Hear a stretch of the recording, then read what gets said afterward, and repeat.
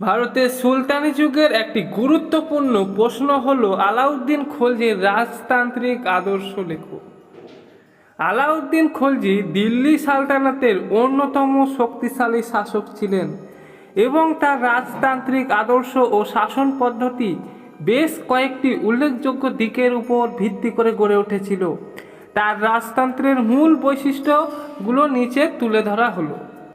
প্রথম পয়েন্ট, স্বৈরতান্ত্রিক শাসন। আলাউদ্দিন খলজি ছিলেন একনায়কতান্ত্রিক শাসক। তিনি নিজের ক্ষমতা সুসংহত করার জন্য কেন্দ্রীয়করণের উপর গুরুত্ব দিয়েছিলেন এবং কোনো রকম বিরোধ বা বিদ্রোহ দমন করতে কঠোর পদক্ষেপ গ্রহণ করতেন।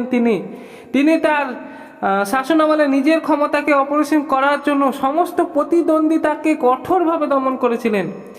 ধর্ম ও রাজনীতির পৃথকীকরণ। আলাউদ্দিন খলজি বিশ্বাস করতেন যে শাসকের কাজ শুধু ধর্মীয় আদর্শ শরিয়া অনুকরণ করা নয়। তিনি ধর্মীয় নেতাদের থেকে দূরত্ব বজায় রেখেছিলেন এবং শাসন ব্যবস্থায় তাদের প্রভাব কমাতে চেষ্টা করেছিলেন। তার রাজতন্ত্রের আদর্শ ছিল ধর্মকে রাজনৈতিক সিদ্ধান্ত গ্রহণের প্রভাব থেকে দূরে রাখা।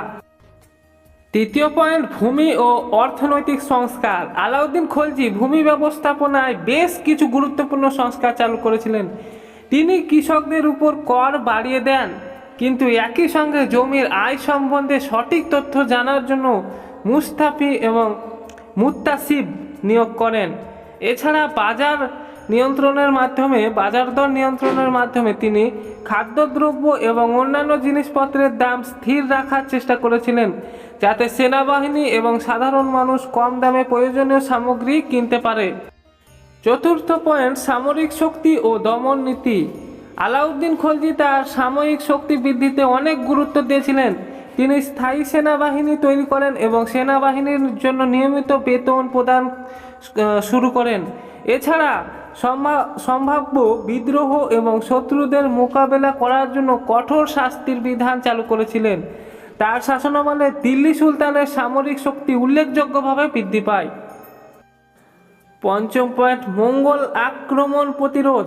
আলাউদ্দিন খলজি শাসনামলে মঙ্গল আক্রমণ কয়েকবার ঘটে, তবে তিনি সফলভাবে মঙ্গল আক্রমণ প্রতিহত করতে পেরেছিলেন এবং দিল্লি সালতানাতকে সেই সময়ের অন্যতম শক্তিশালী সাম্রাজ্য হিসেবে প্রতিষ্ঠা করেছিলেন আলাউদ্দিন খলজি। ষষ্ঠম পয়েন্ট, নাগরিকদের নিয়ন্ত্রণ ও নজরদারি। তিনি নাগরিকদের এবং প্রশাসনিক কর্মকর্তাদের উপর কড়া নজরদারি রাখতেন। কারো বিরুদ্ধে বিদ্রোহ ষড়যন্ত্রের সন্দেহ হলে কঠোরভাবে তা দমন করা হতো। তিনি বিশ্বাস করতেন যে শাসনের শক্তি ধরে রাখতে হলে জনগণের উপর নিয়ন্ত্রণ বজায় রাখা অত্যন্ত গুরুত্বপূর্ণ। এইভাবে আলাউদ্দিন খলজির রাজতান্ত্রিক আদর্শ ছিল শক্তিশালী কেন্দ্রীয় শাসন, কঠোর দমননীতি এবং অর্থনৈতিক ও সামরিক সংস্কারের মাধ্যমে একটি সুসংহত এবং শক্তিশালী সাম্রাজ্য গঠন করা। এটিই ছিল আলাউদ্দিন খলজির রাজতান্ত্রিক আদর্শ।